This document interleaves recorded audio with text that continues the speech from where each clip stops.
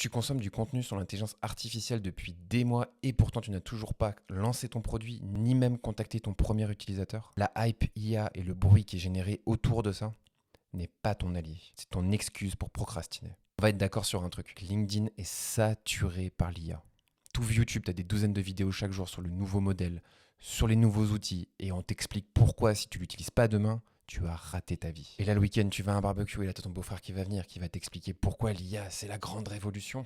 Pourquoi ça va remplacer tout le monde. Parce que lui doit avoir sûrement un doctorat dans le sujet. Bref, tout le monde en a marre, y compris toi. Mais la différence, c'est que toi, au quotidien, tu vois des opportunités business qui n'ont pas été adressées. Et ce que je constate, c'est que ce bruit autour de l'IA, cette fatigue engendrée, est une excuse à beaucoup de porteurs de projets pour pas se lancer. Ils attendent le prochain modèle, la prochaine révolution. On attend que Google soit disponible en France. Mais en fait, au final, tu te lances jamais. Et tu as toujours l'impression de rater ce qui va sortir demain. Et tu finis au final par simplement observer plutôt que de te lancer. Aujourd'hui, je vais te montrer pourquoi le bruit et la hype autour de l'intelligence artificielle, c'est exactement ce qui te bloque. Et pourquoi aussi, paradoxalement, c'est le meilleur moment pour toi pour te lancer. Maintenant, question simple. Quand tu vois une news sur, par exemple, OpenAI qui sort un nouveau modèle, à ton avis, qui y gagne? Tous les médiathèques vont essayer d'aller faire du clic sur ce sujet-là, même si la nouveauté est complètement naze. Tous les coachs vont mettre à jour leur guide ultime avec le dernier modèle, alors qu'il est sorti il y a 2 jours. Et les chaînes YouTube sur l'intelligence artificielle vont sortir la nouvelle vidéo, le nouveau short,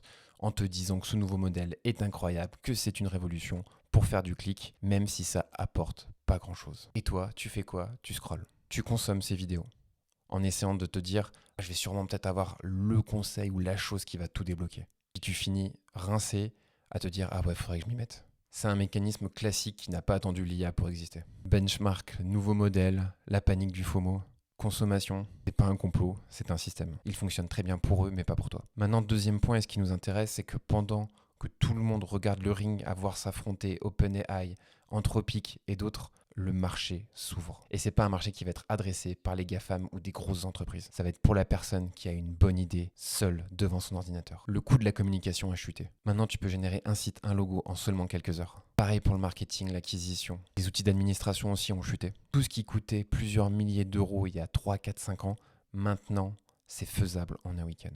Beaucoup survendent le business de l'IA 100% automatisé. Mais il y a quelque chose que l'IA ne fait pas. Elle connaît pas le kiné de ton quartier. Elle connaît pas pourquoi les coachs sportifs solo galèrent avec leur planning. Il y a quelques mois, j'ai aidé un comptable. Il bossait 6 heures par semaine à la main pour envoyer des documents légaux à ses clients. En regardant avec lui, je lui ai créé un tout petit outil très simple, moche, basique, en quelques semaines. Aujourd'hui, il a réduit ses 6 heures à même pas 1 heure. Maintenant, il a cet outil et je sais qu'il le fait évoluer en autonomie. Et pourtant, il n'a pas de base de code. Il a juste eu un cadre et un accompagnement précis sur un sujet, avec quelqu'un qui était capable d'analyser ses besoins.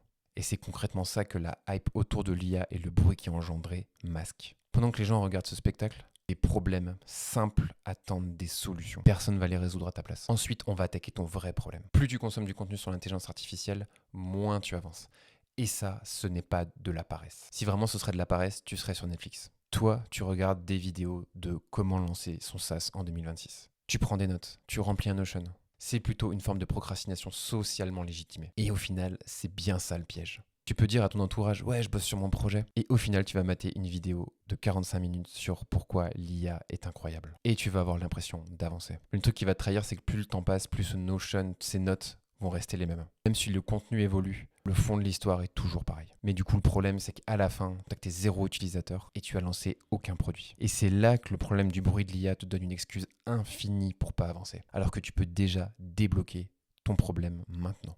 La bascule. La fenêtre est ouverte maintenant et effectivement, on retourne sur un discours FOMO. Mais ce qui se passe, c'est que la majorité des gens consomment. Et les 95% qui consomment ne créent pas. Les 5% restants qui, au lieu de regarder, vont envoyer des DM, des mails ou appeler des vrais utilisateurs pour comprendre leurs problèmes, pour mettre en face la bonne solution, c'est eux qui vont être au bon endroit, au bon moment.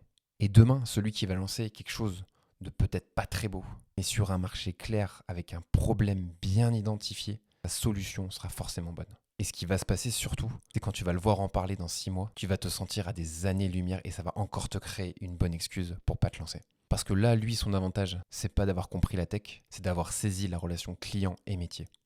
Et ça, c'est essentiel. Et au final, la complexité de la tech codée, c'est devenu un détail. La compréhension intime du problème de ton utilisateur, c'est ce qui fera fonctionner ton projet. Et là, ici, l'intelligence artificielle va permettre d'amplifier ça. Elle va pas le créer, elle va pas le remplacer, elle va juste amplifier ta compréhension. Bon, maintenant je vais anticiper parce que je sais qu'on va me sortir des oui mais avec tout un tas d'arguments.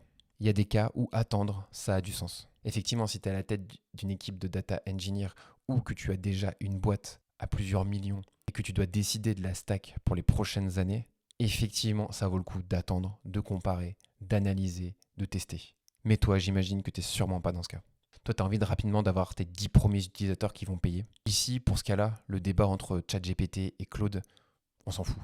Et si tu penses que c'est le meilleur modèle IA qui va résoudre ce problème, tu te trompes complètement. Encore une fois, c'est du contenu pour s'occuper, pas pour avancer et gagner de l'argent. Premièrement, la hype et le bruit généré par l'IA bénéficient à ceux qui en vendent. Et ta consommation va alimenter leur business, pas le tien. Ensuite, pendant que tout le monde regarde ce spectacle, les marchés de niche sont grands ouverts. Le comptable, le menuisier, le kiné, des problèmes concrets sur le terrain et personne pour les écouter sérieusement. Et pour finir, ton avantage à être solopreneur. Ce sera cette relation terrain et client que tu vas pouvoir construire. La tech va juste te servir à pouvoir lancer ça tout seul, rapidement.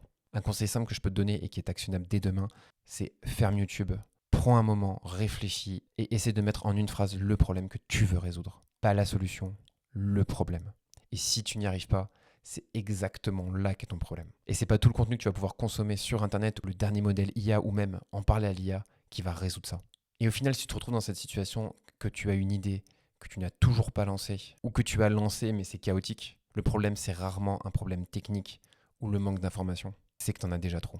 Et c'est pour ça que dans ce cas-là, l'absence d'un cadre ainsi que le manque d'un regard extérieur qui est compétent tant techniquement que sur le produit est essentiel. Et c'est exactement pour ça que j'ai créé mon accompagnement. J'ai été développeur pendant 10 ans, j'ai travaillé dans des entreprises qui faisaient quelques centaines de milliers d'euros à plusieurs dizaines de millions d'euros. J'ai été actif sur la conception de produits, la validation de produits, l'exécution et la maintenance. J'ai aussi créé mes propres projets. J'ai créé une application mobile, un SaaS et j'ai confondé une agence de communication. Toute cette expérience m'a permis de formaliser ma méthode qui permet à un solopreneur de passer de l'idée à un produit technique en ligne.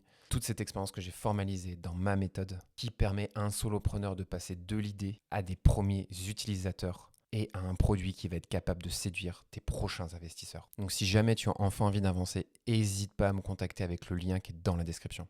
Et si tu veux passer à l'action dès demain, il y a une vidéo ici où je te montre en détail comment sortir un SaaS pilotable par intelligence artificielle. Ce qui va te permettre d'être l'élément le plus différenciant si demain tu veux sortir ton projet. Et sinon, like, abonne-toi et à la prochaine.